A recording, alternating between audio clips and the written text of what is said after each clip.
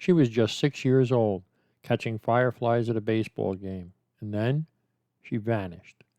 No scream, no struggle, just a red pickup truck with a white camper cap and a lifetime of unanswered questions. Decades later, DNA evidence linked Morgan Nick to the truck of a convicted felon. But one piece of evidence, a single blonde hair, still hasn't been matched. Could that hair finally solve this case? In the full video, I walked through the night she disappeared, the red truck lead, and the forensic breakthrough that changed everything. You need to hear this story. Click to watch the full video now.